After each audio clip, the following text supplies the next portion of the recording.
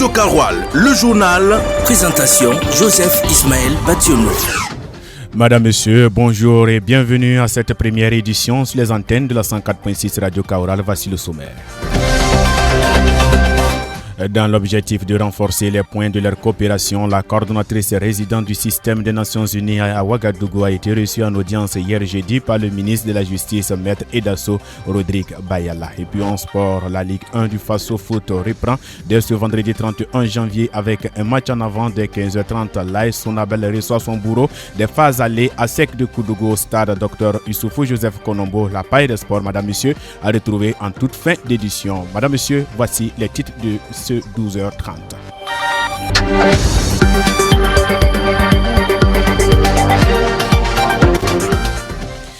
Une fois de plus, Madame, Monsieur, bonjour et bon appétit à tous ceux qui sont à table. Ceci dit, Faso Arzeka a été lancé hier 30 janvier 2025 à Ouagadougou.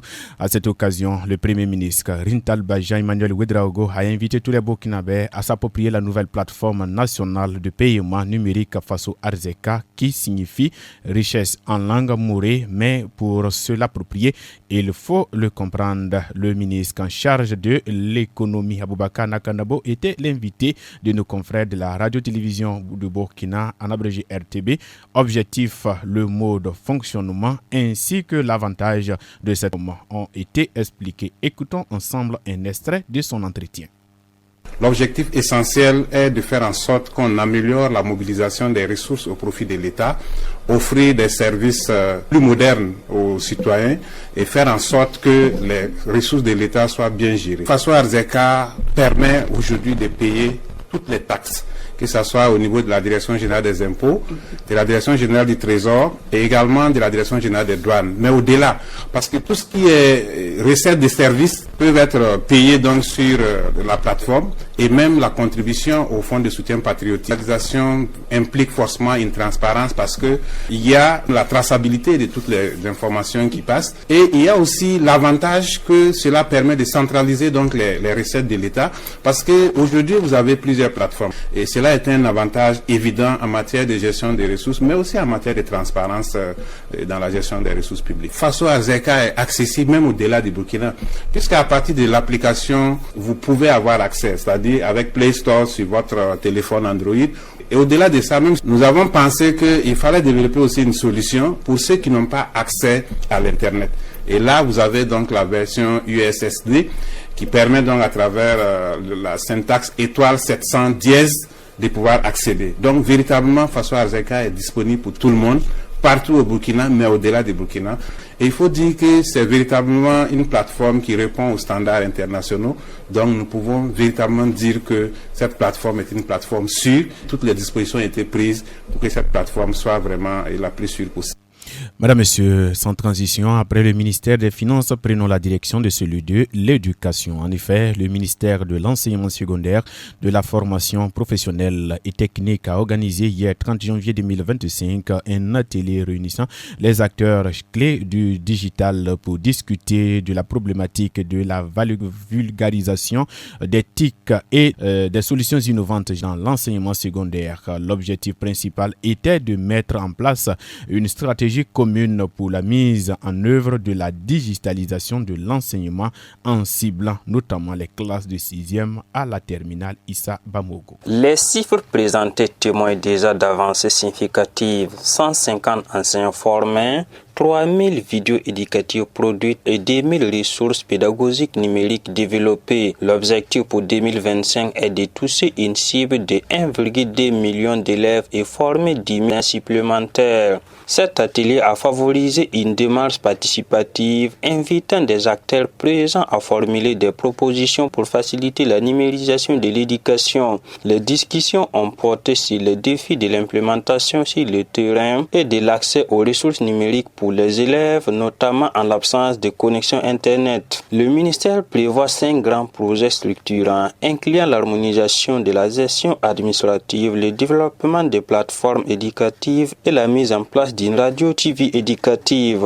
Cette initiative d'envergure vise à couvrir plus de 5000 établissements sur l'ensemble du territoire national, marquant ainsi une étape décisive dans la modernisation du système éducatif burkinabé. Des recommandations ont été faites faites, le ministère prévoit les étudier afin de faciliter la mise en œuvre totale du processus de digitalisation de l'enseignement secondaire.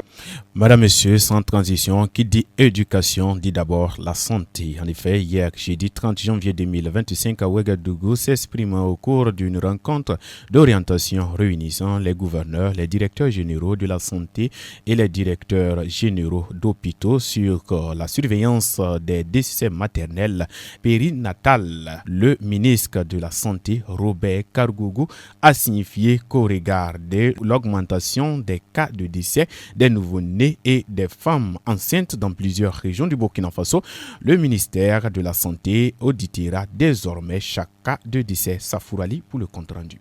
Face à la persistance du nombre élevé de décès maternels et périnatals, malgré les stratégies, les autorités sanitaires ont décidé de déclarer tout décès maternel ou périnatal comme un incident. C'est ce qui ressort de l'atelier d'orientation ce 30 janvier 2025 à la salle de conférence du centre hospitalier universitaire de Tengandogo. À cet effet, le ministre de la Santé Jean-Claude Kargougou a présenté les données récentes sur la mortalité maternelle et néonatale au Burkina Faso qui révèlent une augmentation du nombre de décès maternels. Dans toutes les régions, la tendance est à la hausse avec une augmentation observée dans 7 des 13 régions du pays. Parmi les décès signalés en 2023 et 2024, un peu moins de 3 quarts ont été audités. Concernant les décès néonatals précoces, le nombre est passé de 4075 en 2021 à 7643 en 2023, puis à 2285 en 2024, avec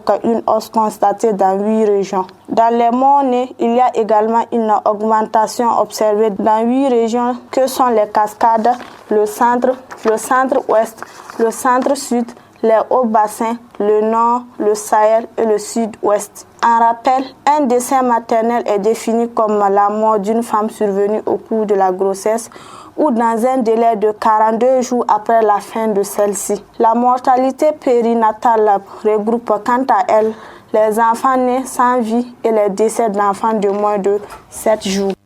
Madame, Messieurs, cette fois-ci, terminons le parcours des différents ministères avec celui de la Justice. Hier, jeudi 30 janvier 2025, le ministre de la Justice et des Droits humains chargé des relations avec les institutions garde des Sceaux, Maître Edasso Rodrigue Bayala, a reçu en audience Carole Flore Smek-Ziniak, coordonnatrice résidente du système des Nations Unies à Ouagadougou, dans l'objectif de renforcer les points de leur coopération. Issa Bamogo. Cette visite de courtoisie a été l'occasion pour les deux parties d'échanger sur les priorités du ministère de la Justice et des Droits humains chargé des relations avec les institutions ainsi que sur les perspectives de coopération avec le système des Nations Unies. Au cours des échanges, la coordinatrice résidente du système des Nations Unies, Carole Flore, a salué la bonne collaboration entre le système et les équipes du ministère de la Justice et des Droits humains chargé des relations avec les instituts. Elle a aussi félicité le gouvernement pour les réformes entreprises en faveur de la modernisation du secteur judiciaire et du renforcement de l'état de droit. Pour Carole Flore, le ministère doit intensifier la communication sur les actions de formation des volontaires pour la défense de la patrie afin de mieux faire connaître les initiatives mises en place pour la sécurisation et la stabilisation du pays. À son tour, Maître Bayala a remercié son hôte pour son engagement et son appui constant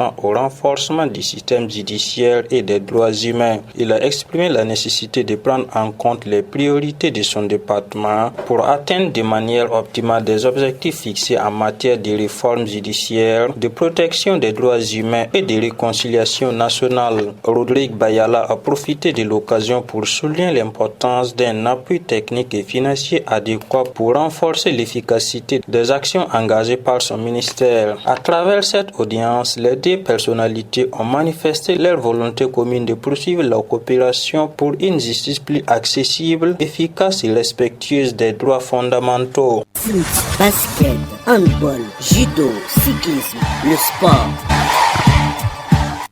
Le sport, dernier élément de ce 12h30, la Ligue 1 du Faso Foot reprend dès ce vendredi 31 janvier 2025.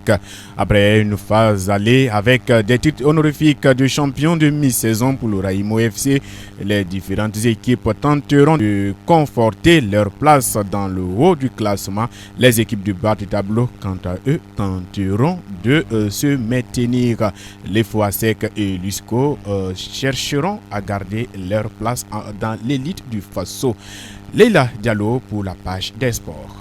Pour la reprise de la 16e journée du championnat national de football, les électriciens reçoivent les employés de commerce de Koudougou. Après avoir trébuché au stade municipal de Koudougou lors de la 15e journée, l'AS Sonabel a ici l'occasion de rattraper son erreur, de pouvoir se relancer pour la suite de la saison. Quant à ASEC, elle veut continuer sur sa bonne lancée. AS Sonabel contre ASEC, c'est ce vendredi 31 janvier 2025 au stade municipal de Dr Youssoufou Joseph Konombo à partir de 15h30. Et puis, 4 rencontres sont prévues pour le samedi 1er février 2025 au terrain municipal de Zignaré. Les magiciens de Saponé reçoivent les Gabelou. Majestic contre AS Douane, le duel est à suivre à 15h30. Et puis sur le terrain du centre technique national se déroulera le duel des mal classés entre Stélite et Unioniste. Le Faux reçoit Isco, dernière de l'exercice en cours. Pendant ce temps,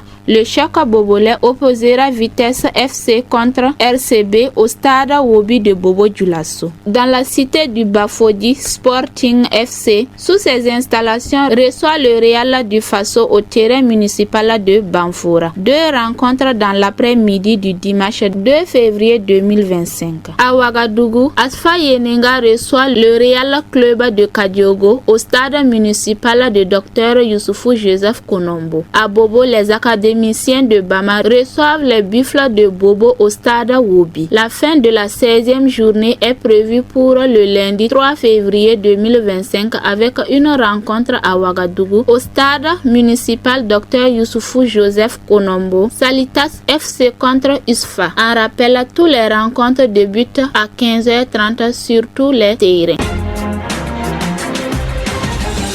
Radio Karoual, le journal. Présentation Joseph Ismaël Bationo. Madame, Monsieur, c'est sur cette note du sport que se renferme cette édition du journal. Merci à vous de l'avoir suivi. Mise en ombre par Mamoudou Diallo. Merci à toute la coordination rédactionnelle. Restez à l'écoute. L'information revient dans une poignée de secondes avec Ismaël confié à l'Info Fuldi.